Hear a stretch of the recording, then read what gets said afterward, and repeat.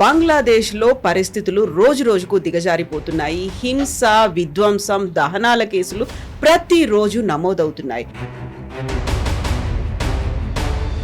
మాజీ ప్రధాని షేక్ హసీనా మాత్రం భారత్ మాత్రమే బంగ్లాదేశ్ నిజమైన శ్రేయస్సు కోరుకునే దేశంగా తనెందుకు అభివర్ణిస్తున్నారు? హిందువులు మైనారిటీలుగా ఉన్నారు, వారి మీద అటాక్లు అవుతున్నాయి. ఎంబసీల మీద, అంబాసిడర్ల మీద కూడా తీవ్రమైనటువంటి వ్యతిరేకత ఎందుకని కనిపిస్తుంది, అది కూడా భారతదేశం పట్ల. బేసిక్లీ బంగ్లాదేశ్ ఒక పాకిస్తాన్ వర్షన్ 2.0గా తయారవుతున్నారు. వాళ్ళకి పొలిటికల్ స్టెబిలిటీ లేదు వాళ్ళ దగ్గర. ఇప్పుడు now it's all about drones, technology, missiles అట్లా నడుస్తుంది. కానీ బంగ్లాదేశ్ వైపు మనం అది చేయక్కర్లేదు. వాళ్ళకు మనం స్వాతంత్రం ఇచ్చినప్పుడు వాళ్ళకు స్వాతంత్రం వచ్చింది కాదు, మనం స్వాతంత్రం 71లో ఇచ్చిన. ఇలాంటి పరిస్థితుల్లో షేక్ హసీనా మన దగ్గర ఉన్నారు, బంగ్లాదేశ్ గురించి తను మాట్లాడుతున్నారు. దెన్ వాట్ అబౌట్ అక్కడ ఉన్నటువంటి మైనారిటీల పరిస్థితి? మనం ఇక్కడ నుంచి రోహింగ్యాలో లేకుంటే బంగ్లాదేశ్ నుంచి ఇన్ఫిల్ట్రేటర్స్ ఎవరైతే వస్తున్నారో, చొరబాటుదారులు ఉన్నారో, వాళ్ళని పంపించే ప్రయత్నాల్లో మనం ఉన్నాము. వారి గురించి అక్కడున్న మైనారిటీలు, హిందువుల గురించి మనం ఎందుకు ఆలోచించట్లేదు? మన మాట గుర్తుపెట్టుకోలేదు. బంగ్లాదేశ్ ని మీరు చెప్పినట్లు షేక్ హసీనా చెప్పింది, ఎప్పుడు మనమే కాపాడుకున్నాం బంగ్లాదేశ్. మన భారతదేశంలో ఉన్న ప్రతి పౌరుడు ఏం చేసిందంటే, ఎవ్రీ బస్ టికెట్ మీరు కొనేటప్పుడు 5 పైసలు దాని నుంచి బంగ్లాదేశ్ అని పక్కన పెట్టాము. వాళ్ళని కాపాడుకోవాల్సింది మనమే. మన వెళ్ళి అక్కడ బాంబులు ఏమని చెప్పట్లేదు, కానీ ఇండైరెక్ట్గా ఉన్న నేను చెప్పినట్టు డిప్లొమాటిక్ కానీ ఫైనాన్షియల్ కానీ మిగతా రెస్ట్రిక్షన్స్ పెట్టి బంగ్లాదేశ్ని కంప్లీట్గా థ్రాటిల్ చేసి పడేసారు.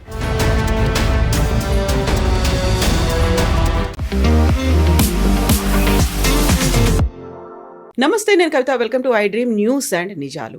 బంగ్లాదేశ్లో పరిస్థితులు రోజు రోజుకు దిగజారిపోతున్నాయి. హింస, విధ్వంసం, దహనాల కేసులు ప్రతిరోజు నమోదవుతున్నాయి. మైనారిటీలే టార్గెట్ల ఈ దాడులు ఎందుకని జరుగుతున్నాయి? ఇంట్రెస్టింగ్లీ మాజీ ప్రధాని షేక్ హసీనా మాత్రం భారత్ మాత్రమే బంగ్లాదేశ్ నిజమైన శ్రేయస్సు కోరుకునే దేశంగా తనెందుకు అభివర్ణిస్తున్నారు? అక్కడున్నటువంటి బంగ్లాదేశీల్లో మాత్రం భారతదేశం పట్ల అంత తీవ్ర స్థాయిలో విముఖత, వ్యతిరేకత ఎందుకు వ్యక్తమవుతోంది? మనతో పాటుగా ఉన్నారు సీనియర్ జర్నలిస్ట్ సురేష్ కొచ్చాదిల్ గారు. సార్ నమస్తే. మనం గతంలో మాట్లాడుకున్నాం బంగ్లాదేశ్ గురించి. దానికంటే కూడా ఎక్కువగా ఈ మధ్యన కేసులు అనేవి నమోదవుతున్నాయి. అందులోనూ పర్టికులర్గా అక్కడ హిందువులు మైనారిటీలుగా ఉన్నారు, వారి మీద అటాక్లు అవుతున్నాయి. ఎంబసీల మీద, అంబాసిడర్ల మీద కూడా తీవ్రమైనటువంటి వ్యతిరేకత ఎందుకని కనిపిస్తుంది, అది కూడా భారతదేశం పట్ల. బేసిక్లీ బంగ్లాదేశ్ ఒక పాకిస్తాన్ వర్షన్ 2.0గా తయారవుతున్నారు. నేను ఇది డెలిబరేట్గా చెప్తున్నాను, ఎందుకంటే పాకిస్తాన్ ఒక రిలీజియస్ థియోక్రాటిక్ స్టేట్ అంటారు ఇంగ్లీష్లో. ఆఫ్ఘనిస్తాన్ లాగా. ఆఫ్ఘనిస్తాన్ ఇంకొక చాలా ముందుకు వెళ్ళిపోయింది అనుకోండి. కంప్లీట్లీ బుర్కా, మహిళలు బయట వెళ్ళకూడదు, చదువుకోకూడదు అన్నీ. పాకిస్తాన్ అక్కడ దాకా వచ్చి ఆగిపోయింది. దానికన్నా ముందు వాళ్ళు వెళ్ళలేకపోయారు. ఎందుకంటే పాకిస్తాన్ కంట్రోల్ చేస్తుంది ఆర్మీ. పాకిస్తాన్లో సివిలియన్ గవర్నమెంట్ అంతా పేరు అంతే. మన యాయా ఖాన్ టైం నుంచి ఇప్పుడు అసీం మునీర్ దాకా, నడుమిట్లో జియావుల్ హక్ కానివ్వండి, పర్వేజ్ ముషరఫ్ కానీ, వీళ్ళందరూ పరిపాలించినప్పుడు వాళ్ళ గవర్నమెంట్ నడిపించుకున్నారు వాళ్ళు.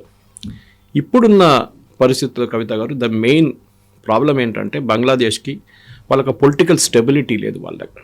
అది మీరు ఎప్పుడూ చూసుకుంటూ వస్తున్నారు.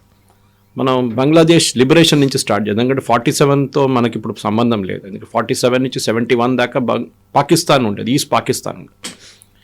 కానీ 71లో జరిగిన యుద్ధంలో మనం ఏం చేసామంటే, ముక్తి బాహిని అని చెప్పి ఒక టెర్రరిస్ట్ అని చెప్పాలి గెరిల్లా గ్రూప్ని ట్రైన్ చేసాం మనం బంగ్లాదేశ్లో.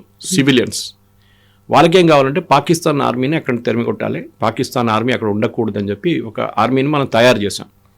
మీకు గుర్తుంటుంది, Sam Manekshaw was leading the Indian army అప్పుడు. అండ్ ఆయన ఏమన్నారంటే, నాకు 6 నెలలు కావాలి ట్రైనింగ్ ఇవ్వడానికి వీళ్ళకి. ఇదే ట్రైనింగ్ మనం ఇంకొకటి గ్రూప్ కూడా ఇచ్చాం. వాళ్ళ పేరు LTT, liberation tigers of Tamil Eelam, Sri Lanka కోసం. అప్పుడు చాలామంది అనుకున్నారు ఎల్టీటీ అంటే వాళ్ళే తయారై వచ్చారని. కాదు. నేను చెన్నైలో చదువుకుంటున్నప్పుడు 1983 to 86 IHM Chennai hotel management చేస్తున్నప్పుడు, తరామణి నుంచి ఒక బకింగ్హామ్ కెనాల్ ఉంటుంది, దాన్ని క్రాస్ చేసి ఇటువైపు వస్తే ఇందిరానగర్ అని చెప్పి ఒక కాలనీ ఉంది అడయార్ సైడ్లో. అక్కడ పెద్ద ఒక ఇల్లు ఉండే, చాలా పెద్ద ఇల్లు.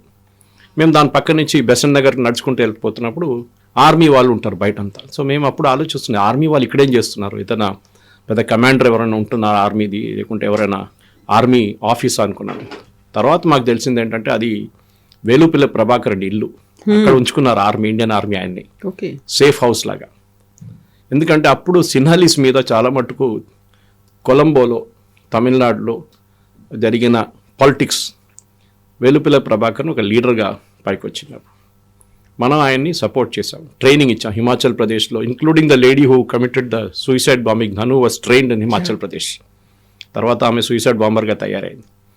కానీ వేలుపిల్ల ప్రభాకర్ ఆయన ఇనీషియల్ బ్యాచ్ యాంటన్ బాలసింగం, వాళ్ళ మథ్య, వాళ్ళ ఇంటెలిజెన్స్ చీఫ్, వీళ్ళందరికీ ట్రైనింగ్ మనం హిమాచల్ ప్రదేశ్లో మన ఇండియన్ ఆర్మీ ఇచ్చారు. Course Indian army on their own చేయరు, గవర్నమెంట్ నుంచి వచ్చిన పొలిటికల్ ఇన్స్ట్రక్షన్ ప్రకారం ఇందిరాగాంధీ గవర్నమెంట్ టైం నుంచి మొదలైంది, ఇది రాజీవ్ గాంధీ టైంలో ఎండ్ అయింది. నేను ఎందుకు చెప్తున్నానంటే ఒక ప్యారలల్ డ్రా చేస్తున్నాను. ఇటువైపు ముక్తి బాహిని, ఇటువైపు ఎల్టీటీ, ఇటువైపు సిన్హాలీస్ ప్రాబ్లం, ఇటువైపు భారతదేశం వ్యతిరేకత, అప్పుడు పాకిస్తాన్ వ్యతిరేకత. ఇది ప్యారలల్గా నడుస్తున్నప్పుడు మనకు తెలిసింది ఏం జరిగిందంటే ఎల్టీటీని ఒక టెర్రరిస్ట్ ఆర్గనైజేషన్గా మారిపోయారు. దాని తర్వాత వాళ్ళు చేసిన అత్యాచారాలు సపరేట్, రాజీవ్ గాంధీ హత్య, దానికన్నా ముందు అక్కడ ఇండియన్ పీస్ కీపింగ్ ఫోర్స్ వెళ్తే ఆల్మోస్ట్ 3,000 మంది ఇండియన్ సోల్జర్స్ చనిపోయారు. ఇటువైపు బంగ్లాదేశ్, ఇప్పుడు చాలామంది మన దగ్గర సోషల్ మీడియాలో వచ్చి డ్రాయింగ్ రూమ్ ఎక్స్పర్ట్స్ ఉన్నారు మన దగ్గర, బంగ్లాదేశీ మనం యుద్ధం చేయాలి కదా, మనం వెళ్ళి వాళ్ళని ధ్వంసం చేయాలి కదా అంటారు. ఎందుకు? నేను అడిగే ప్రశ్న ఎందుకు? లోకం చాలా మారిపోయింది. ఇప్పుడు ముందు ట్యాంకులు తుపాకీలు తీసుకొని సోల్జర్స్ పరిగెత్తుకుంటూ అటువైపు వెళ్తున్నారు, ఫిజికల్గా కనిపించేది, ఫిజికల్ ఫైట్, బాహుబలి స్టైల్. ఇప్పుడు అది లేదు కదా. ఇప్పుడు now it's all about drones, technology, missiles అట్లా నడుస్తుంది. కానీ బంగ్లాదేశ్ వైపు మనం అది చేయక్కర్లేదు. ఒకటి మనం గుర్తుపెట్టుకోవాల్సిందంటే బంగ్లాదేశ్లో వాళ్ళకు మనం స్వాతంత్రం ఇచ్చినప్పుడు, వాళ్ళకు స్వాతంత్రం వచ్చింది కాదు, మనం స్వాతంత్రం 71లో ఇచ్చిన ఫ్రీడంలో ఆ టైంలో బహుశా అక్కడ ఒక 12% మంది హిందువులు ఉన్నారు. ఎగ్జాక్ట్ కౌంట్ ఇప్పుడు కూడా లేదు దాన్ని, we can take it as 12%. ఇప్పుడు అది 2-3%కి వచ్చేసింది. అది కూడా అక్కడ we don't have final figures మన దగ్గర. కానీ చాలా మటుకు ఇంక్లూడింగ్ ద మతువా కమ్యూనిటీ వాళ్ళు ఇటువైపు వెస్ట్ బెంగాల్కి వచ్చేసారు. అస్సాం వైపు చాలామంది వెళ్ళారు ఆ టైంలో 71 తర్వాత. ముక్తి బాహిని ఏం చేశారంటే, ముక్తి బాహిని ఒక టెర్రరిస్ట్ గ్రూప్గా తయారై, గెరిల్లా గ్రూప్గా తయారై పాకిస్తాన్ ఆర్మీని ఓడించడం మనకు చాలా హెల్ప్ చేశారు, ఇండియన్ ఆర్మీని. దాని తర్వాత ఫ్రీడమ్ మూమెంట్ తర్వాత వాళ్ళ షేక్ ముజిబుర్ రహమాన్ ప్రైమ్ మినిస్టర్ అయిన తర్వాత వాళ్ళకి స్కాలర్షిప్లు ఇవ్వడం మొదలుపెట్టారు. అంటే వీళ్ళ పిల్లలకి ఉద్యోగాల్లో రిజర్వేషన్ ఇవ్వడం మొదలుపెట్టారు. ఫ్రీడమ్ ఫైటర్స్, మన దగ్గర కూడా బ్రిటిష్ వాళ్ళ వ్యతిరేకంగా పోరాడిన వాళ్ళందరినీ మనం ఫ్రీడమ్ ఫైటర్స్గా గుర్తించి వాళ్ళకి పెన్షన్ కానివ్వండి, వాళ్ళ పిల్లలకి రిజర్వేషన్ మిగతా అన్నీ మనం కల్పించాం. Same thing happened in Bangladesh. దాని వ్యతిరేకంగానే స్టూడెంట్ ప్రొటెస్ట్ జరిగింది, మనం చూసాం. షేక్ హసీనా వ్యతిరేకంగా బేసిక్లీ ఒక American sponsored George Soros funded campaign ఉండేది. దాంట్లో వాళ్ళు ఏం చెప్పారంటే వీళ్ళకి రిజర్వేషన్ ఇవ్వకూడదు, వీళ్ళ రిజర్వేషన్ మొత్తం ఫినిష్ చేసేసేయాలి, ఎందుకంటే మాకు కూడా ఉద్యోగాలు కావాలి. అక్కడ ఉద్యోగాలు లేవు, అసలు ఏం లేదు అక్కడ. సో పాకిస్తాన్ వర్షన్ 2.0 దానికి చెప్పాను నేను. సో ఆ పరిస్థితిని ఎందుకు ఇది హిస్టరీ చెప్తున్నా అంటే, మనం ఇప్పుడు రిలేట్ చేయాల్సింది అక్కడి నుంచి. ఇప్పుడు జరుగుతున్న భారతదేశం వ్యతిరేకత జరుగుతున్న డెమాన్స్ట్రేషన్స్ మొత్తం జమైతా ఇస్లామీ వాళ్ళు నడిపిస్తున్నారు. దీంట్లో చాలా మట్టుకు పాకిస్తాన్ ISI చేయి కూడా ఉంది. ఎందుకంటే లాస్ట్ 6 నెలల్లో ఎస్పెషల్లీ యూనిస్ వచ్చినప్పుడు అక్కడి నుంచి మనకు చూస్తున్నాం పాకిస్తాన్ ఆర్మీ ఇన్వాల్వ్మెంట్ చాలా పెరిగింది. అక్కడ ISI ప్రెజెన్స్ కూడా ఢాకాలో ఉందని చెప్పి మన ఇంటెలిజెన్స్ సోర్సెస్కి తెలిసిందే. అది మనం పబ్లిక్లో డిస్కస్ చేయలేం, కానీ ఉంది అక్కడ. పాకిస్తాన్ ఆర్మీ చాలా మట్టుకు వాళ్ళ రిసోర్సెస్ని తీసుకొచ్చి ఇక్కడ పెడుతున్నారు. వాళ్ళకి ఇప్పుడు కూడా 71 వార్లో వాళ్ళు సరెండర్ చేసింది ఇప్పుడు కూడా వాళ్ళు తట్టుకోలేకపోతున్నారు. దట్ వాజ్ అ లో పాయింట్ ఇన్ పాకిస్తాన్ ఆర్మీ అన్నమాట. ఎందుకంటే ఒక ఆర్మీ సరెండర్ చేయడం అనేది హిస్టరీలో చాలా తక్కువ.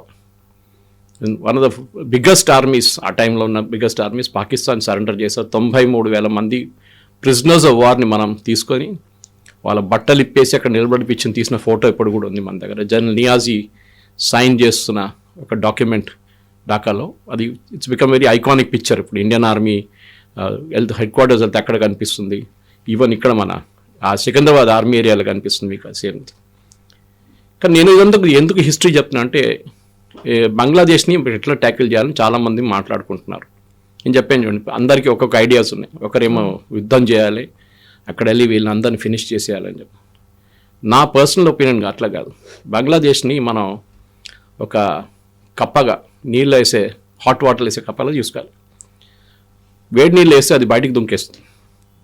అది కాకుండా చల్లనీళ్ళు వేసి మెల్లగా గ్యాస్ స్పీడ్ పెంచుకుంటూ పోతే డెఫినెట్గా ఒక టైంలో అది అవుట్ అయిపోతుంది. ఇదే మనం చేయాల్సింది. బంగ్లాదేశ్కి 3-4 మెయిన్ ఎక్స్పోర్ట్స్ ఉన్నాయి ప్రోడక్ట్స్. వాళ్ళు actually it's a failed state, Pakistan version అదే. కానీ ఇప్పుడు ఇక్కడ యూఎస్ కానివ్వండి, మిగతా దేశాలు చాలా మటుకు హెల్ప్ చేస్తున్నాయి, ఈవెన్ యూకే కూడా. సరే వాళ్ళు హెల్ప్ చేయండి, ప్రాబ్లం లేదు. వాళ్ళు వేస్తున్న డబ్బులు పోతేనే ఉంటుంది. అది వీళ్ళు స్విస్ బ్యాంక్ అకౌంట్లు వేసుకుంటారు, యూనిస్ కానీ ఎవరైనా కానీ, ఒకటి ఆర్మీ వాళ్ళని. కానీ బంగ్లాదేశ్ ఆర్మీ ప్రొఫెషనల్ ఆర్మీ ఒకటి, అది మనం అప్రిషియేట్ చేయాల్సింది. వాళ్ళు ఇవాళ దాకా సైడ్స్ ఎక్కడ తీసుకోలేదు వాళ్ళు, షేక్ హసీనా ఉన్నప్పుడు కానీ ఇప్పుడు కూడా కానీ. ఇప్పుడు మనం ఏం చేయాల్సింటే బంగ్లాదేశ్ 3 ఎక్స్పోర్ట్స్ ఫస్ట్ తీసుకుందాం, టాప్ 3 ఎక్స్పోర్ట్స్. ఒకటి టెక్స్టైల్, నెక్స్ట్ జూట్, అండ్ మూడోది ఫిష్, హిల్సా, ఇక్కడ వచ్చేది మన వెస్ట్ బెంగాల్కి వచ్చేది. ఆ మూడోది పక్కన పెడదాం, ఫస్ట్ 2ని ట్యాకిల్ చేద్దాం. దాంట్లో first most important is textile. వీళ్ళ టెక్స్టైల్ ఎక్స్పోర్ట్స్ చాలా మటుకు వీళ్ళ ఎకానమీని ఉంచుకున్నారు. మీకు గుర్తుండి కవిత గారు, ఒక 2-3 నెలల ముందు ఢాకా ఇంటర్నేషనల్ ఎయిర్పోర్ట్లో $1 బిలియన్ వర్త్ ఎక్స్పోర్ట్ సడన్లీ మంట పట్టుకుని కాలిపోయింది మొత్తం. ఎవరు చేశారో తెలియదు. 1 billion is not a small amount Bangladesh లాంటి దేశానికి. ఎవరు చేశారు? చాలా మటుకు అలిగేషన్స్ ఉంటే మన వాళ్ళు చేపించారని చెప్పేసి. ఇప్పుడు హైదీ హత్యలో మన చేతుందంటే వాళ్ళ దాంట్లో 2 పట్టుకున్నారు బంగ్లాదేశ్ వాళ్ళని. వాళ్ళు అడ్మిట్ చేశారు, మేమే చేసాం. ఎవరి కోసం చేసామంటే పొలిటికల్ అసాసినేషన్ ఉండే బిఎన్పి తరఫు నుంచి బంగ్లాదేశ్ నేషనల్ పార్టీ, ఖలీదా జియా వాళ్ళ పార్టీ, ఈయన భయపడుతుండే ఈయన కొత్త లీడర్గా తయారవుతాడు. మీకు this guy is been there from 2016. హైదీ కొత్తగా రాలేదు, ఈయన స్టూడెంట్ లీడర్ అప్పటి నుంచి ఉన్నారు. కానీ పాకిస్తాన్ లాగానే ఇక్కడ కూడా ఒక టెర్రర్ స్టేట్ తయారవుతున్నారు. హైదీని తీసుకెళ్ళి ఖైదరుల్ ఇస్లాం ఆయన పక్కన, నరుల్ ఇస్లాం పక్కన, బంగ్లాదేశ్ పోయట్ పక్కన బరీ చేయడము. అది కాకుండా ఆయన ఇచ్చిన స్పీచ్ని మొహమ్మద్ యూనిస్ మేము దాన్ని వీల్ మేక్ ఇట్ ట్రూ అని చెప్పడం. అంటే నార్త్ ఈస్ట్ మొత్తం మేము తీసుకుంటామంటే ఏదో చాక్లెట్ కాదు కదా వెళ్ళి తీసుకోవడానికి అక్కడ. దానికి ఒక హిస్టరీ కూడా చెప్పాను. మీరు ఆ రోజు సిరాజుద్దౌలా గురించి మాట్లాడుతున్నప్పుడు గ్రేటర్ బంగ్లాదేశ్ గురించి, గ్రేటర్ బెంగాల్ గురించి ఉంది. కానీ మనం ఏం చేయాలంటే ఇది ఫస్ట్ స్టెప్ ఏంటంటే టెక్స్టైల్ తీసుకొని, టెక్స్టైల్స్ మన టెక్స్టైల్ ఫార్మ్స్కి ఒక $250 మిలియన్ లేకుంటే $100 మిలియన్ సబ్సిడీ ఇచ్చి నెక్స్ట్ 6 నెలలకి ఉన్న మొత్తం సేల్స్ని యూఎస్ వైపు పంపించేసేయాల్సింది. యూరోప్ అండ్ యూఎస్, మనకు యూఎస్ఏ మెయిన్గా. బంగ్లాదేశ్ టెక్స్టైల్ ఎక్స్పోర్ట్ని మొత్తం ధ్వంసం చేయాలి కంప్లీట్గా, ఎకనామికలీ నాట్ ఫిజికలీ. మన కీటెక్స్ కానివ్వండి, తిరుపూర్లో ఉన్న కంపెనీలు అందరూ కష్టపడుతున్నారు. ఇప్పుడు స్టాలిన్ మన లెటర్ కూడా రాసింది. ఇది కాకుండా మన లుధియానా వైపు వీళ్ళందరికీ ఇచ్చేసి you export like crazy to US, సబ్సిడీస్తో సహా. ఏ రోజైనా మనం డీల్ కూడా వచ్చేస్తుంది, మనం యూఎస్ డీల్ సైన్ చేయబోతున్నాం. అది వస్తే ఇంకా మంచిది. బంగ్లాదేశ్ దాంతో ఫినిష్ అయిపోతారు కంప్లీట్గా. వాళ్ళకి ఇంకా పెద్ద ఎక్స్పోర్ట్ ఏం లేదు, నాట్ అన్ ఇంజనీరింగ్ బేస్, వాళ్ళ దగ్గర ఏం లేదు వాళ్ళ దగ్గర. ఇదొకటి చేస్తే మనం చాలు. సరే డబ్బులు యూఎస్ ఎంత పెట్టినా కానీ వాళ్ళ దగ్గర ఉద్యోగం ఇవ్వాలి కదా. ఉద్యోగం ఇవ్వకపోతే ఇవి ఈ సేమ్ మనుషులు ఎవరెవరు ఇప్పుడు పనిచేస్తున్నారు ఫ్యాక్టరీలో, వాళ్ళు రోడ్డు మీద దిగుతారు, వారు గవర్నమెంట్ వ్యతిరేకంగా ప్రొటెస్ట్ చేస్తారు. అప్పుడు ఇంకొక రెవల్యూషన్ వచ్చేస్తుంది అక్కడ. ఇది మనం చేయాల్సింది ఫస్ట్ స్టెప్. సెకండ్ స్టెప్ ఏంటంటే ఇంటర్నేషనల్ ఫోరంలో కూడా బంగ్లాదేశ్ని పక్కన పెట్టేశారు. మనం వాళ్ళని సీరియస్ తీసుకోక్కర్లేదు. ఇప్పుడు ప్రాబ్లం ఏమవుతుందంటే, ఇప్పుడు నిన్న చాణక్యపురి డిప్లొమాటిక్ ఏరియాలో ఢిల్లీలో ఒక ప్రదర్శన జరిగింది బంగ్లాదేశ్ ఎంబసీ వ్యతిరేకంగా. 25 మంది అర్ధ కిలోమీటర్ దూరం నిలబడి ప్రొటెస్ట్ చేసాడు. దాన్ని పెద్ద న్యూస్ చేసింది బంగ్లాదేశ్లో. యాజ్ ఇఫ్ మనం వాళ్ళ హైకమిషన్ అటాక్ చేసాం, దాన్ని ధ్వంసం చేసామని చెప్పి పెద్ద న్యూస్ తీసుకొచ్చి ఎంఈఏ వాళ్ళు ఒక ప్రెస్ నోట్ ఇష్యూ చేశారు. ఐ పుట్ దట్ అక్రాస్, నా ఫేస్బుక్లో కూడా వేసాను నేను. అది ఏం జరగలేదు అట్లా. It was a very small demonstration, అది కూడా చాలా పీస్ఫుల్గా. అదే టైంలో చిత్తోగ్రామ్లో మన ఎంబసీ వ్యతిరేకంగా అక్కడ రాళ్ళు విసిరారు, అన్నీ చేశారు వాళ్ళు. మన మాట గుర్తుపెట్టుకోవాలి, బంగ్లాదేశ్ని మీరు చెప్పినట్లు షేక్ హసీనా చెప్పింది, ఎప్పుడు మనమే కాపాడుకున్నాం బంగ్లాదేశ్ని. I give an example. ఇది చాలా మటుకు ఇప్పుడున్న జనరేషన్కి తెలియదు, కానీ నేను చూసాను ఇది ఆ టైంలో. బంగ్లాదేశ్ వార్లో 1970s స్టార్ట్ అవుతున్నప్పుడు మనకి డబ్బులు కావాలంటే బంగ్లాదేశ్కి ఇవ్వడానికి, సహాయం చేయడానికి. అప్పుడున్న మన భారతదేశంలో ఉన్న ప్రతి పౌరుడు ఏం చేసిందంటే, ఎవ్రీ బస్ టికెట్ మీరు కొనేటప్పుడు 5 పైసలు దాని నుంచి బంగ్లాదేశ్ అని పక్కన పెట్టాం మనం. ఆలోచించండి, బస్ టికెట్ అంటే అందరూ ఎవరైనా కానివ్వండి, నార్మల్ పర్సన్ ట్రావెల్ చేస్తున్నప్పుడు బస్ టికెట్ కొంటున్నప్పుడు ఆ టైంలో కార్లు ఏం లేకుండే, ఊబర్ లేకుండే, ఓలా లేకుండే. సో 5 పైసలు దాని నుంచి ఎన్ని కోట్లు కలెక్ట్ అయిందో ఆలోచించండి. అది కాకుండా మనం సపరేట్ సినిమా హాల్లో 25 పైసలు ప్రతి టికెట్ మీద మనం బంగ్లాదేశ్ రిలీఫ్ ఫండ్కి పెట్టుకున్నాం. నెక్స్ట్ స్టాంప్ ఇష్యూ చేసి బంగ్లాదేశ్ స్టాంప్ కోసం మనం సపరేట్గా డబ్బులు పెట్టాం దానికి కూడా. ఇంత చేసిన బంగ్లాదేశ్ ఇప్పుడు మన వ్యతిరేకంగానే డెమాన్స్ట్రేషన్ చేస్తున్నారు, పోరాటం చేస్తున్నారు. దీన్ని ఒక ఇస్లామైజేషన్ ఆఫ్ బంగ్లాదేశ్ అని చెప్పొచ్చు. బంగ్లాదేశ్ చాలా మటుకు బంగాలీస్ అనగానే వాళ్ళు అంత ఫెనటిక్ కాదు పాకిస్తాన్ లాగా. కానీ పాకిస్తాన్ మనకు తెలిసింది వై ఈస్ట్ పాకిస్తాన్ సపరేట్గా వెళ్ళిపోయింది, బంగ్లాదేశ్గా తయారైందంటే పాకిస్తాన్ జనరల్స్ అంటే టాప్ లెవెల్ మిలిటరీ ఆఫీసర్స్ అందరు చూసుకుంటే వీళ్ళందరూ పంజాబీస్. పాకిస్తాన్ వైపు నుంచి, పాకిస్తాన్ పంజాబ్ నుంచి వచ్చేట వాళ్ళందరూ, పర్వేజ్ ముషరఫ్ నుంచి అందరు. వీళ్ళేం చేశారంటే అక్కడ వెళ్ళి ఢాకాలో వెళ్ళి అక్కడ వెళ్ళి యూనివర్సిటీలో చాలా మటుకు వాళ్ళ పిల్లల్ని చంపేసినప్పుడు అక్కడ పెద్ద ప్రొటెస్ట్ నడిచింది ఆ టైంలో. ఇప్పుడు వర్షన్ 2.0లో కూడా అదే జరగబోతుంది. మనం స్లోగా మెల్లగా ఆడుకొని పోతే బంగ్లాదేశ్ వైపు ఇంకొక 6 నెలల్లో, ఎందుకంటే 2 మేజర్ ఈవెంట్స్ జరగబోతుంది బంగ్లాదేశ్లో. ఒకటి ఎలక్షన్, దాంట్లో ఒకటే major political party as of now BNP, Bangladesh national party. Sheikh Hasina party వాళ్ళైతే డిస్క్వాలిఫై అయిపోయారు. అది కాకుండా ఇటువైపు ఏమో ఇప్పుడు బిఎన్పిలో కూడా Khaleda Zia is critical ill, ఆమె ఉంటుందో లేదో తెలియదు, వాళ్ళ కొడుకు is now in charge of the party. అది కాకుండా ఒక రెఫరెండం మనం మాట్లాడాం అనుకుంటా నేను, రెఫరెండం గురించి ఒక రెఫరెండం పెడుతున్నారు. దాంట్లో 12 పాయింట్స్ ఉన్నాయి. మీకు ఎట్లాంటి గవర్నమెంట్ కావాలి, అది ఇది, లోవర్ హౌస్, ప్రెసిడెంట్ ఎట్లా ఎలక్ట్ చేయాలి, పార్లమెంట్ పవర్స్ ఉంటుంది, ప్రైమ్ మినిస్టర్ పవర్, అన్నిటి చేసి మీకు ఎస్ అండ్ నో ఆప్షన్ ఇచ్చారు అంతే. ప్రతి ప్రశ్నకు కాదు, మొత్తం అన్ని 12 ప్రశ్నలకి ఒక ఎస్ అండ్ నో అని చెప్పాలి. మీకు 11 నచ్చవచ్చు, 12 నచ్చకపోతే కూడా మీరు కొట్టాల్సిందే. సో అదొక జరుగుతుంది. ఇది 2 జరగకపోతే then again Bangladesh will go back into chaos. ఎందుకంటే ఒకటి, ఒక కేర్ టేకర్ ప్రైమ్ మినిస్టర్ కూడా కాదు, కేర్ టేకర్ అడ్వైజర్గా పనిచేస్తున్న మహమ్మద్ యూనిస్ని దేశాన్ని ఆయన కంట్రోల్ చేయలేకపోతున్నారు. అక్కడ బేసిక్లీ సిఐఏ వాళ్ళు, ఐఎస్ఏ వాళ్ళు ఆడుకుంటున్నారు. సిఐఏ వాళ్ళ గేమ్ సపరేట్, వాళ్ళకి చైనాని కంట్రోల్ చేయడానికి చైనా మీద ఉన్న లిజనింగ్ పోస్ట్గా బంగ్లాదేశ్ని వాడుకుంటున్నారు. ఎస్పెషల్లీ నార్దర్న్ బంగ్లాదేశ్ నుంచి అరుణాచల్ పైప్ నుంచి చైనా అక్కడి నుంచి నడిపిస్తున్న ఫ్లైట్లు అన్నీ ట్రాక్ చేయడానికి బంగ్లాదేశ్ని యూజ్ చేస్తున్నారు. సదర్న్ బంగ్లాదేశ్ నుంచి బే ఆఫ్ బెంగాల్ నుంచి మలకా స్ట్రేట్ నుంచి చైనీస్ షిప్స్ అక్కడిక్కడ తిరుగుతుంది, దాన్ని ట్రాక్ చేయడానికి చేస్తున్నారు. మనం బహుశా దీనికన్నా ముందు ఒక ఇంటర్వ్యూలో నేను చెప్పినాను, కోకో ఐలాండ్స్ గురించి మాట్లాడాలనుకుంటున్నాను. Coco Islands is also very important. అక్కడ చైనీస్ కూర్చున్నారు అక్కడ. ఇటువైపు మయన్మార్లో 2 పోస్టులు వీళ్ళు మన యూఎస్ మెయింటైన్ చేసుకుంటున్నారు. అక్కడి నుంచి కూడా వాళ్ళు they are watching Malacca Strait, చాలా ఇంపార్టెంట్ ఛానల్ అన్నమాట. ఆయిల్ చాలా మటుకు వరల్డ్లో 40% ఆయిల్ అక్కడి నుంచే మూవ్ అవుతుంది. చైనీస్ షిప్స్ కూడా అక్కడ ఉంటుంది. సో ఓవరాల్ పొలిటికల్ సెనారీ చూస్తే బంగ్లాదేశ్ని ఒక వ్యాసల్ స్టేట్ అంటాం మనం, అంటే ఒక యూజ్ చేసుకుంటున్నాం వాళ్ళని. అంత యూఎస్ వాళ్ళు ఫుట్బాల్ ఆడుకుంటున్నారు వాళ్ళతో. ఏ రోజు వాళ్ళకి బంగ్లాదేశ్తో పని లేదు ఆ రోజు పడేసి వెళ్ళిపోతారు వాళ్ళు. ఆఫ్ఘనిస్తాన్ లాగానే, ఆఫ్ఘనిస్తాన్ నుంచి పారిపోయారు. సోవియట్స్ వెళ్ళిపోయిన తర్వాత ఆఫ్ఘనిస్తాన్లో యూఎస్కి అక్కడ ఉండడానికి అసలు అవసరం లేదు అక్కడ. సో వాళ్ళు అక్కడ ఎక్విప్మెంట్ కూడా పెట్టేసి అన్ని పెట్టేసి పారిపోయారు అక్కడి నుంచి. బంగ్లాదేశ్లో కూడా అదే జరగబోతుంది. కానీ పాకిస్తాన్ చూసుకోవాలి మనం చాలా కేర్ఫుల్గా. ఎస్పెషలీ వాళ్ళు ఎయిర్ బేసెస్ బిల్డప్ చేయడం కానీ, వాళ్ళు బంగ్లాదేశ్ ఆర్మీకి ట్రైనింగ్ ఇచ్చేది కానీ, బంగ్లాదేశ్ ఆర్మీకి ఆయుధాలు ఇచ్చేది మొత్తం మనం డెఫినెట్గా మన వాళ్ళు చూస్తున్నారు, చెక్ చేస్తున్నారు, చేయాల్సినంత చేసినాం. మనం పబ్లిక్ ఫోరంలో కూడా మాట్లాడి మనకు కూడా చాలా తక్కువ తెలుసు దాని గురించి. రా కానీ ఇండియన్ ఇంటెలిజెన్స్ కానీ వీళ్ళు కంప్లీట్గా బంగ్లాదేశ్ మీద ఒక నిఘా ఉంది వాళ్ళది. ఇది నడుస్తున్న పరిస్థితి. సో ఇలాంటి పరిస్థితుల్లో షేక్ హసీనా మన దగ్గర ఉన్నారు, బంగ్లాదేశ్ గురించి తను మాట్లాడుతున్నారు.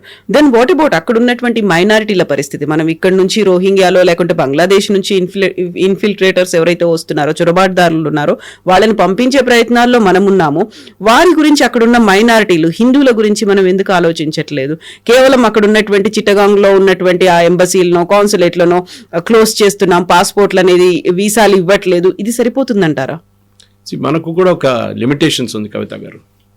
ఎందుకంటే రేపు ఒక అటాక్ చేయడం, మిసైల్ అటాక్ చేస్తున్న మన హిందువుల్ని ప్రొటెక్ట్ చేయలేం. బంగ్లాదేశ్లోని హిందువులు ఒకటే ఆప్షన్ ఏముందంటే వాళ్ళని భారతదేశంలో తెచ్చుకోవాలి. చాలామంది మటో కమ్యూనిటీ మీకు తెలుసుంటే బంగ్లాదేశ్ నుంచి ఎప్పుడో వచ్చేసారు వాళ్ళు భారతదేశం. మోదీ గారు నిన్న దాని గురించి మాట్లాడారు కూడా, మిమ్మల్ని మేము కాపాడుకుంటాం, మీ సిటిజన్షిప్ మేము చూసుకుంటామని. ఒక 15-20 రోజులు టైం ఇచ్చి బంగ్లాదేశ్ నుంచి భారతదేశానికి రావాల్సిన హిందువులకి ఒక సేఫ్ కారిడోర్ క్రియేట్ చేసి వాళ్ళని రానియండి. పాకిస్తాన్ నుంచి పారిపోయినట్లు కాదు. ఇండిపెండెన్స్ టైంలో వాళ్ళకి ఇల్లు అమ్మాలంటే ఇప్పుడు ఇల్లు అమ్మలేరు, వాళ్ళు ఎవరు కొనరు, కొంటే కూడా ఇట్ బి డిస్ట్రెస్ సేల్. కానీ అట్లీస్ట్ వాళ్ళ దగ్గర ఉన్న బంగారం కానీ మిగతా అసెట్స్ కానీ తీసుకొచ్చి స్పెషల్ రిలీఫ్ ఫ్లైట్స్లో వాళ్ళని భారతదేశం తీసుకురావాల్సింది. వాళ్ళు రేపు తిరిగి వెళ్తారో లేదో it's a different thing altogether. ఇప్పుడు మన దగ్గర కాశ్మీరీ పండిట్స్ ఎట్లా చేశారు కాశ్మీర్లో ఆ రోజు, అట్లా కాకుండా సేఫ్గా వాళ్ళని భారతదేశం తీసుకొచ్చి ఇక్కడ టెంపరీగా ఉంచుకోవచ్చు. ఎవరెవరు పర్మనెంట్గా ఉండాల్సి అనుకుంటున్నారో వాళ్ళని పర్మనెంట్గా మనం సిఏఏ ప్రకారం వాళ్ళకి we can give them citizenship. వాళ్ళ పిల్లలకి ఇక్కడ స్కూల్ ఎడ్యుకేషన్ కానీ, కాలేజ్ ఎడ్యుకేషన్ కానీ, ప్రొఫెషనల్ ఎడ్యుకేషన్ మనం స్పెషల్ కోటా పెట్టి వాళ్ళకి అడ్మిషన్ ఇవ్వాల్సి వస్తుంది. ఈ step should be the first step అనమాట. ఇది కాకుండా అక్కడి నుంచి వచ్చే వాళ్ళకి ఫైనాన్షియల్ హెల్ప్ కూడా మనం చేయాల్సి వస్తుంది. ఎందుకంటే వాళ్ళ చేతిలో ఏమి ఉండదు, వాళ్ళు ఖాళీ వస్తారు అక్కడి నుంచి ఇక్కడికి. వాళ్ళకి సహాయంగా ఒక 5 లక్షలు, 10 లక్షలు, 15 లక్షలు ఇచ్చి వాళ్ళకి కాపాడుకోవడానికి, వాళ్ళకి నెక్స్ట్ ఒక 6 నెలలు నడిపించుకోవడానికి వాళ్ళకి ఒక ఫైనాన్షియల్ వైర్బిత్తలు ఉండాలన్నమాట. అదొకటి. మూడవది బంగ్లాదేశ్ మీద పొలిటికల్ ప్రెషర్ పెట్టడం. అది మన యూఎన్లో పెట్టి ఏం ఫైదా లేదు, కానీ యూఎన్లో కూడా మాట్లాడచ్చు. కానీ ప్రతి ఇంటర్నేషనల్ ఫోరంలో బంగ్లాదేశ్లో జరుగుతున్న అత్యాచారాల మీద ఇంటర్నేషనల్ కోర్ట్ ఆఫ్ జస్టిస్ కానీ, హ్యూమన్ రైట్స్ ట్రిబ్యునల్స్ కానీ వీళ్ళని గుంజి అక్కడ తీసుకెళ్లాల్సింది. ఎందుకంటే మీరు ఇంటర్నేషనల్ కోర్ట్ ఆఫ్ జస్టిస్లో నెతన్యాహు గారు గాజా మీద చేసిన దాడికి ఆయన మీద అరెస్ట్ వారెంట్ ఒకటి ఉంది అక్కడ. It is absolutely non sense. ఎవరు పట్టించుకోరు ఇంటర్నేషనల్ కోర్ట్ ఆఫ్ జస్టిస్ మళ్ళీ. బట్ సింబాలిక్ అది. ఇటువైపు పుటిన్ యుక్రెయిన్ మీద దాడి చేశారని చెప్పి అక్కడ చాలా మందిని చంపేశారు రష్యన్ ఆర్మీ అని చెప్పి ఆయన వ్యతిరేకంగా కూడా ఇంటర్నేషనల్ కోర్ట్ ఆఫ్ జస్టిస్లో అరెస్ట్ వారెంట్ ఉంది. ఇదే అరెస్ట్ వారెంట్ మనం మొహమ్మద్ యూనిస్ మీద తీసుకొద్దాం. ఆయన రేపు ఉంటాడో లేదో తెలియదు, ఎలక్షన్ కాగానే ఆయన పారిపోతాడు అక్కడి నుంచి. Okay, but in the mean time ఒక సైకలాజికల్ ప్రెషర్గా బంగ్లాదేశ్ మీద ఇంటర్నేషనల్ కోర్ట్ ఆఫ్ జస్టిస్లో తీసుకెళ్ళి అక్కడ మన లాయర్ని పంపించి, హరీష్ సాల్వే లాంటి వాళ్ళని పంపించి ఆర్గ్యూ చేసి we should issue an arrest warrant for killing of Hindus. ఇది ఒకటి. ఇంటర్నేషనల్ వార్ క్రైమ్ ట్రిబ్యునల్స్ ఇప్పుడు తీసుకురాలి, ఎందుకంటే వార్ పరిస్థితి లేదు ఇప్పుడు. అది కాకుండా మీరు అడిగిన ప్రశ్నకి లాస్ట్ రోహింగ్యాలు అయితే మయన్మార్ నుంచి వచ్చారు. So we have separate category వాళ్ళు. భారతదేశంలో ఉన్న ప్రతి బంగ్లాదేశ్ని ఐడెంటిఫై చేసి స్పెషల్ డిటెన్షన్ క్యాంప్లో వేసేయాలి ఇప్పుడు అర్జెంటుగా. ఫస్ట్ అదొక మెసేజ్ వెళ్తుంది బంగ్లాదేశ్కి, దట్ మీ వాళ్ళందరూ ఇక్కడ మా దగ్గర ఉన్నారు. నిన్ననే 19 మందిని మనం పుష్ చేసాం across the border. Bangladesh guards accept చేయలేదు వాళ్ళని. వీళ్ళని అస్సాంలో ట్రిబ్యునల్స్ డిటెక్ట్ చేసిన వాళ్ళు 19 మందిని మనం పుష్ చేసి బంగ్లాదేశ్ వైపు పంపించేసాం. ఇప్పుడు నేను చెప్తున్నాను కవిత గారు, మినిమం ఒక నా అంచనా ప్రకారం, I may be wrong but I may be partially right, ఒక 50 లక్షల నుంచి 1 కోటి మంది బంగ్లాదేశ్ వాళ్ళు భారతదేశంలో ఉన్నారు. దొంగ సర్టిఫికెట్లు వెస్ట్ బెంగాల్ గవర్నమెంట్ తయారు చేసి ఇచ్చిన దాని ప్రకారం కమ్యూనిస్ట్ వాళ్ళ నుంచి మమతా బెనర్జీ దాకా ఇది మొత్తం డిటెక్ట్ చేసి ఫారెన్సిక్గా చెక్ చేసి ఒక వార్ ఫుటింగ్లో ప్రతి స్టేట్లో ఒక స్పెషల్ సెంట్రల్ టీమ్ని పెట్టి వీళ్ళని ఐడెంటిఫై చేసి డిటెన్షన్ క్యాంప్, మమతా బెనర్జీ లాంటి వాళ్ళు డిటెన్షన్ క్యాంప్ పెట్టరు, she won't agree to it, no problem. వాళ్ళు తీసుకెళ్ళి అస్సాంలో క్యాంప్లో పెట్టేస్తాం, ఒక స్పెషల్ ఎయిర్క్రాఫ్ట్లు తీసుకెళ్ళి అందరిని అక్కడ ఆ క్యాంప్లో పడేస్తాం. వీళ్ళందరినీ డిటెక్ట్ చేసి ఇక్కడ నుంచి పంపించాల్సింది. మీరు ఒకసారి రౌండప్ మొదలు పెట్టారనుకోండి బంగ్లాదేశ్లో, మళ్ళీ వాళ్ళు తెలిసిపోతుంది వాళ్ళు దట్ వీ మీన్ బిజినెస్. హిందువుల్ని మీరు కాపాడుకోకపోతే మా దగ్గర మేము హత్య చేస్తామని చెప్పట్లేదు, కానీ మా దగ్గర వీళ్ళు ఉన్నారు గుర్తుపెట్టుకోండి అని చెప్పచ్చు. ఇంటర్నేషనల్ పాలిటిక్స్లో చాలా కేర్ఫుల్గా ఆడాల్సి వస్తుంది. ఎందుకంటే కొంచెం అక్కడిక్కడ చేస్తే మన మీద అదే ఆరోపణలు వస్తాయి, దట్ మనం కూడా చంపేసాం వీళ్ళని. యాజ్ ఇట్ ఈస్ మనకు తెలిసిందే, యూపీలో బీహార్లో రాజస్థాన్లో ఏదో ఒక చిన్న ఘటన జరిగితే చాలు, ఆవుని తీసుకుపోతున్న మనిషిని ఎవరిని పట్టుకుని చంపేశారంటే ఫినిష్. అది పెద్ద మన సెక్యులర్ మీడియాలో పెద్ద న్యూస్ అయిపోతుంది. ఇంటర్నేషనల్ లెవెల్లో అల్ జజీరా కానీ బీబీసీ కానీ వీళ్ళందరూ కవర్ చేస్తారు దాన్ని. కానీ ఇప్పుడు జరిగిన ఈ హిందూ దీపుని చంపిన దాంట్లో ఒక్క ఇంటర్నేషనల్ మీడియా కూడా దాని గురించి మాట్లాడలేదు. మన దగ్గర ఉన్న సోకాల్డ్ సెక్యులర్ మీడియా దాని గురించి మాట్లాడలేదు. ట్వీట్ చేస్తున్న చాలామంది ఉన్న రాహుల్ గాంధీ నుంచి ప్రియాంక వాద్రా వీళ్ళెవ్వరు దాని గురించి మాట్లాడలేదు. Deepu should become a example. చాలామంది మన ఫేస్బుక్లో అక్కడిక్కడ క్యారీ చేస్తున్నాం ఆయన ఫోటో, కానీ ఆయన ఫోటో తీసుకొని we should make it an international. గాజాలో వీళ్ళు ఎట్లా చేశారు, all eyes on Gaza, it should be all eyes on Hindus in Bangladesh. ఇది మనం చేయాల్సింది. And this should happen immediately. India వైపు నుంచి డిప్లొమాటిక్ ప్రెషర్ పెట్టడం, ఇండియా వైపు నుంచి పొలిటికల్ ప్రెషర్ పెట్టడం, ఇండియా వైపు నుంచి మిలిటరీ ప్రెషర్ పెట్టడం. మిలిటరీ ప్రెషర్ ఎట్లా అంటే మనం బే ఆఫ్ బెంగాల్లో మన షిప్స్ని దింపాల్సింది. ఒక ఎయిర్క్రాఫ్ట్ క్యారియర్ మనం బే ఆఫ్ బెంగాల్ పెట్టుకుందాం. పాకిస్తాన్ నుంచి వస్తున్న ఏదైనా షిప్ ఉంటే, ఆయుధాలు తీసుకొస్తున్న షిప్ ఉంటే దాన్ని ఆపాలి. మనం లీగలీ ఆపలేం, కానీ ఏదైనా చిన్న గేమ్లు ఆడొచ్చు వాళ్ళతో. You can always refuse port of entry. అక్కడ ఏదైనా చిన్న పనులు చేయొచ్చు, సబ్మెరీన్ తీసుకొచ్చి కొంచెం ధమ్కి ఇవ్వచ్చు వాళ్ళని. కానీ చేయాల్సింది ఇది. But they can bring it through an aircraft. వాళ్ళు మన షిప్ కాకుండా వాళ్ళు ప్లేన్లో తీసుకొస్తారు పాకిస్తాన్ వైపు. ప్రతి దాన్ని మనం అడ్డుకోవాల్సింది. ఒక గేమ్ ఆఫ్ చెస్ లాగా ఒక మూవ్ వాళ్ళు చేస్తే మనం కూడా ఒక మూవ్ చేయాల్సి, కౌంటర్ మూవ్ చేయాలి ఇక్కడ. ఇది చేస్తే కవిత గారు డెఫినెట్గా వచ్చే ఒక నెల లోపల యూనిస్ మీద చాలా పెద్ద ప్రెషర్ రాబోతుంది. అండ్ డెఫినెట్గా బంగ్లాదేశ్ నుంచి వచ్చే ప్రతి మెడికల్ వీసాని డినై చేయాలి మనం. సరే హ్యూమానిటేరియన్ కన్సిడరేషన్, పాపం చిన్న పాప, హార్ట్ ప్రాబ్లం. సారీ, మీరు హైదీని సింగపూర్ పంపించారు కదా, మెడికల్ అంబులెన్స్ పెట్టి కోట్లు ఖర్చు చేసి, వీళ్ళని కూడా సింగపూర్ పంపించండి. లేకుంటే మీకు ఉన్నారు కదా మిడిల్ ఈస్ట్లో చాలామంది ఇస్లామిక్ కంట్రీస్, అక్కడ పంపించండి ఆపరేషన్. భారతదేశంకి ఎందుకు వస్తున్నారు? Please take them there. We will not take any visa. Chittagong యాసిటీస్ బంద్ చేసేసాం మన ఎంబసీ అక్కడ. మిగతా కూడా వీసా ఫ్రమ్ బంగ్లాదేశ్ జీరో, కంప్లీట్గా బంద్ చేసి పడేసేయాలి. They should be no more visa to any Bangladeshi to India. ఉన్నోళ్ళని నేను చెప్పాను చూడండి, ఉన్నోళ్ళు అందరూ పంపించాలి. భారతదేశంలో లీగల్గా ఉంటున్న బంగ్లాదేశీలను కూడా we should send dum back to Bangladesh. So అట్లాంటి ఇప్పుడు క్రైసిస్ అనేది వస్తుంది. మనం మన దగ్గరికి వచ్చిన వాళ్ళని పంపించేస్తున్నాము. ఎవరైతే పొలిటికల్ గా వచ్చారో వాళ్ళని మనం కాపాడుకుంటున్నాం, చాలా ప్రొటెక్టెడ్ గా, చాలా సెక్యూర్డ్ గా. జస్ట్ లైక్ షేక్ హసీనా తను చెప్తున్నటువంటి మాట కూడా బంగ్లాదేశ్ శ్రేయస్సు కోరుకుంటుంది, భారతదేశం ఎప్పటికైనా ముడిపడి ఉంటుంది శ్రేయస్సుతో అనేది. ఇలాంటి మాటలు మాట్లాడినప్పుడు మీరేమో అక్కడ ఉన్నటువంటి మైనారిటీలు, హిందువుల్ని మనం తీసుకురావాలి అంటారు. దెన్ వాట్ అబౌట్ ఇక్కడ ఉన్నటువంటి మైనారిటీల మీద అట్రాసిటీస్ జరుగుతున్నాయి, వాళ్ళ మీద అటాక్స్ జరుగుతున్నాయి, లేకుంటే లించింగ్ అనేది, మాబ్ లించింగ్ ఇవన్నీ ఉన్నాయి. వాళ్ళకు ఉంటాయి కదా ఒక హక్కులు అనేవి ఉంటాయి, వాటినేమో మీరు పట్టించుకోవట్లేరు. కాకుంటే ఇంకెక్కడో పక్క దేశంలో జరుగుతున్న వాటి గురించేమో మనం ఎందుకు ఆలోచించాలి అనే వాదన. భారతదేశంలో జరుగుతున్న ప్రతి లించింగ్, సోకాల్డ్ లించింగ్ లేకుంటే సోకాల్డ్ మైనారిటీ అటాక్స్ని ఒక సిస్టమ్ ఉంది మన దగ్గర, ఒక లీగల్ సిస్టమ్ ఉంది. ముందు ఐపీసీ అంటుండే, ఇప్పుడు బిఎన్ఎస్ అంటారు దాన్ని. మీరు చూసుంటారు ప్రతి కేసులో. కానీ పల్గార్ సాధుస్ని చంపినప్పుడు అక్కడ ఏం చెప్పలేదే, ఎవరు దాని గురించి మాట్లాడలేదు.